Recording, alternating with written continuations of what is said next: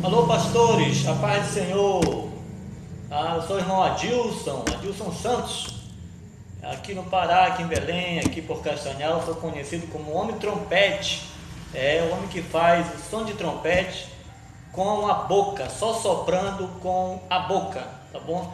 E eu vou fazer para vocês aí só um top do louvor da harpa cristã, tá bom? Vou fazer aqui para vocês.